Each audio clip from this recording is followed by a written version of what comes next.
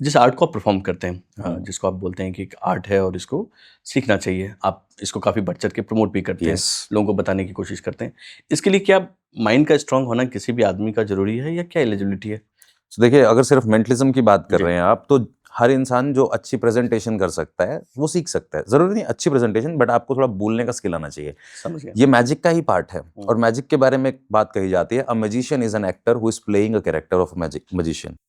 Very good. तो जितना smart, जितना इंटेलिजेंटली मैं जादूगर का कैरेक्टर प्ले करूंगा, उतना बढ़िया मैं इल्यूजन क्रिएट कर पाऊंगा। राइट, जबकि सच में मेरे पास कोई शक्ति थोड़ी है। राइट। अगर कोई चीज मैं गायब कर रहा हूं, तो वो है कहीं ना कहीं। तो हुँ, आपकी नजरों से बचा के मैंने वो छुपाई कहाँ है, हुँ, और आपकी पूरी अटेंशन को वहां से डाइवर्ट कैसे करना है, ये तब हुँ, पॉसिबल होगा जब मैं अपने स्किल पे काम करूंगा। सेकंड, आप कन्विंस तब होगे जब आप ये मान लोगे कि इस बंदे के पास कुछ तो ऐसा है, हुँ। And that is nothing but playing a character.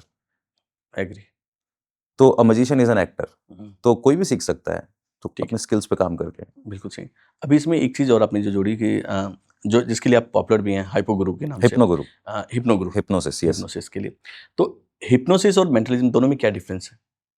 Mentalism performing art है, वो जी, एंटरटेनमेंट के लिए की जाती है, शोज में लोगों को हैरान करने के लिए ये सब ट्रिक्स परफॉर्म की जाती हैं। Right. Hypnosis on the other hand is a very beautiful science. Hypnosis जो है वो है थेरेपी जैसा एक प्रोसेस। जैसे आप कॉग्निटिव बिहेवियर थेरेपी की बात करें, या माइंड प्रोग्रामिंग के और टूल्स हैं, जैसे अफर्मेशन करते हैं लोग, राइट। मैनिफेस्टेशन करते हैं, हुँ, पास्ट लाइफ रिग्रेशन हुँ, करते हैं लोग, ये सब करते हैं।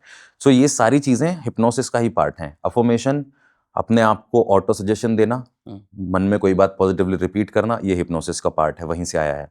एनएलपी हिप्नोसिस का पार्ट है, पास्ट लाइफ रिग्रेशन हिप्नोसिस का पार्ट है। तो हिप्नोसिस एक ऐसी साइंस है जिसमें हम सामने वाले इंसान के दिमाग को एक रिसेप्टिव स्टेट में लेके जाते हैं, जहां पे वो एक्सपीरियंस कर सके चीजें।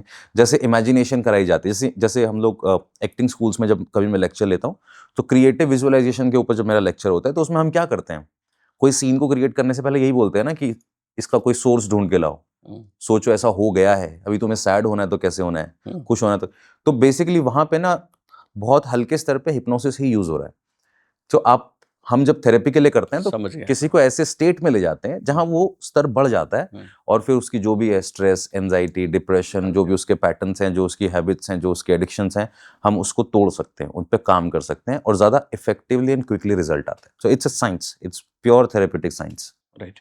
और जैसे मैं उसी को कनेक्ट कर रहा हूँ कि जैसे कि एक्टिंग का वर्कशॉप भी देखते हैं, वहाँ भी लोगों के इमोशन को तोड़ा यस, जाता है यस। कि आप उस जगह पे जाओ, फ़ील करो फील करो, और फिर यस, एक्टर वो इमोशन ले आता है यस, अपने अंदर यस, से। Yes, yes. बिल्कुल सही। That's hypnosis. अच्छा कनेक्ट कर रहा है।